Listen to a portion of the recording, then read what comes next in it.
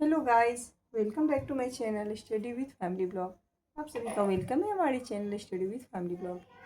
तो गाइस, आज हम कुछ खास लेके आए हैं। कुछ खास करने का सोचा है हमने।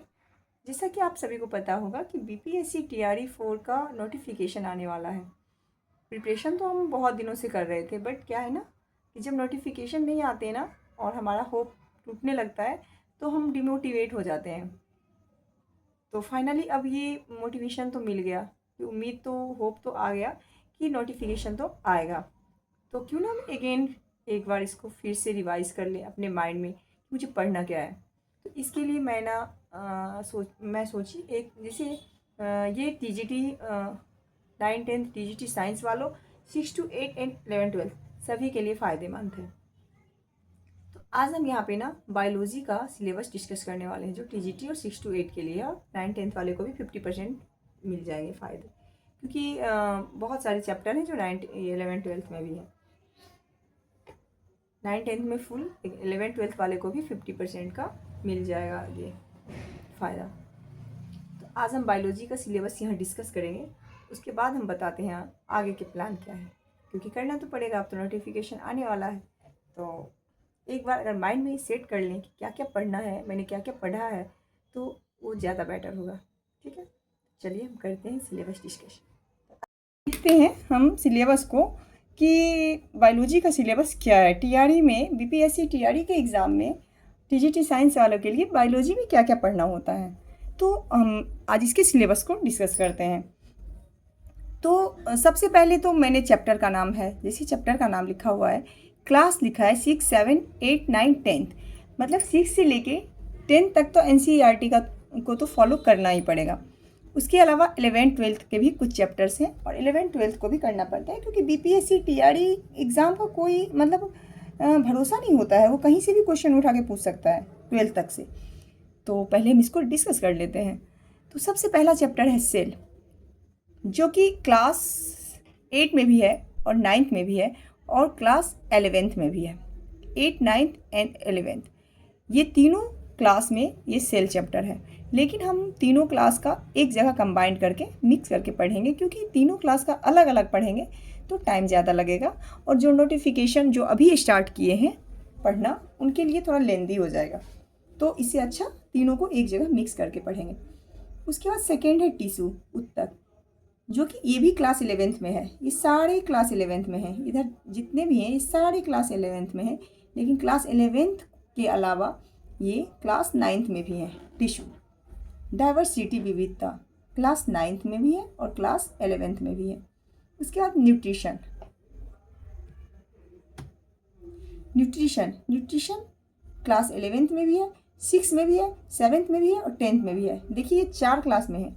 न्यूट्रिशन क्लास 6 में भी है, 7th में भी है, क्लास 6 में है, 7th में है, 10th में है एंड क्लास 11th में भी है। फिर डाइजेस्टिव सिस्टम है, डाइजेस्टिव सिस्टम भी है क्लास 7th में और क्लास 10th में और क्लास 11th में। 7th 10th and 11th digestive system. उसके बाद रिस्पिरेटरी सिस्टम, श्वसन तंत्र, ये भी है क्लास 7th में, क्लास 10th में और क्लास 11th में। सर्कुलेटरी सिस्टम, ये भी है क्लास 7th में, क्लास 10th में और 11th में। मतलब जितने भी सिस्टम है ऑर्गेनिज्म के, वो सारे जो हैं वो क्लास 7th में तो हैं ही, क्लास 10th में भी है और क्लास 11th में भी है। सर्कुलेटरी सिस्टम 7th में, 10th में एंड 11th में। एक्जिलेटरी सिस्टम, ये भी क्लास 7th में है, क्लास 10th में है, क्लास 11th में है। अब नेक्स्ट ये है एक्जिलेटरी सिस्टम, तो हो गया। नर्वस सिस्टम भी क्लास 11th में भी है और क्लास 10th में भी है। नर्वस सिस्टम क्लास 11th में भी है और क्लास 10th में भी है। इंडोक्राइन सिस्टम, ये भी क्लास 11th में है और क्लास 10th में है। स्केलेटन सिस्टम, ये भी क्लास 11th में है, क्लास 6 में है, और बस स्केलेटन सिस्टम जो है वो क्लास 11th में है और क्लास 6 में है। उसके बाद जितने भी हैं यहाँ पे रिप्रोडक्टिव सिस्टम, उसके बाद रिप्रोडक्टिव सिस्टम, ये भी क्लास 12th में है और 8 में भी है और क्लास 10th में भी है, यानी कि रिप्रोडक्टिव सिस्टम जो है क्लास 8 से स्टार्ट हो जाती है, उसके बाद 9th में नहीं पढ़ना है, फिर 10th में पढ़ना है और फिर 11th में पढ़ना है। माइक्रो ऑर्गेनिज्म एंड डिजीज़ ये क्लास 12th में है, क्लास 8 में है ये भी और क्लास 9th में। मतलब micro organism and disease class 8 से स्टार्ट है, 9th में भी है और 10th में नहीं है, 11th में है। उसके बाद हेरिडिटी एंड इवोल्यूशन ये भी क्लास 12th में है और 10th में है, 10th और 12th में है। बॉटनी जो कि क्लास 6 में भी है, 7 में भी है, 8 में भी है, सिर्फ 9 में नहीं है, यानी कि 9 को छोड़ के 6, 7, 8, 10th और 11th सारे क्लासेस में है बॉटनी। बायोटेक्नोलॉजी ये ओनली क्लास 12th में है, बायोटेक्नोलॉजी ओनली क्लास 12th में है। तो ये हमारा था बायोलॉजी के सिलेबस, जिसको कि हमको कवर करना है बीपीएससी टीआरई के लिए। वैसे साइंस है, साइंस कभी बदलता नहीं है, तो हर एग्ज़ाम में ये मतलब ये हर एग्ज़ाम के लिए बेनिफिट रहेगा, क्योंकि साइंस तो बदलता नहीं है, बट बीपीएससी टीआरई के लिए ये खास डिजाइन किया गया है। ओके, तो आज का ये है यहाँ का। फिर इसके बाद हम करने क्या वाले हैं, आज तो ये सिलेबस है, अब कल से हम क्या करेंगे, पूरे बायोलॉजी का कंप्लीट करेंगे, एक एक टॉपिक लेके। जैसे कि सबसे फर्स्ट टॉपिक क्या है, सेल है।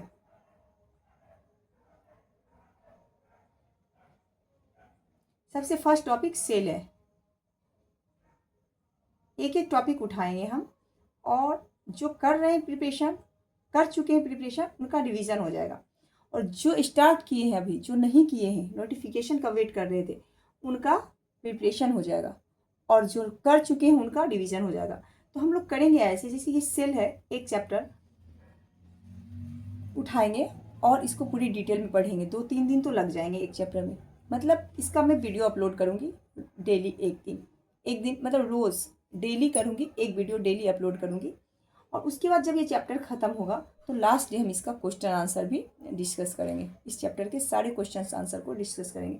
इससे हमारा क्या होगा कि एक चैप्टर बहुत ही अच्छे तरीके से कंप्लीट होगा, फुल थ्योरी और प्लस जब थ्योरी ख़त्म हो जाएगा तो फिर उसका क्वेश्चन आंसर डिवीज़न।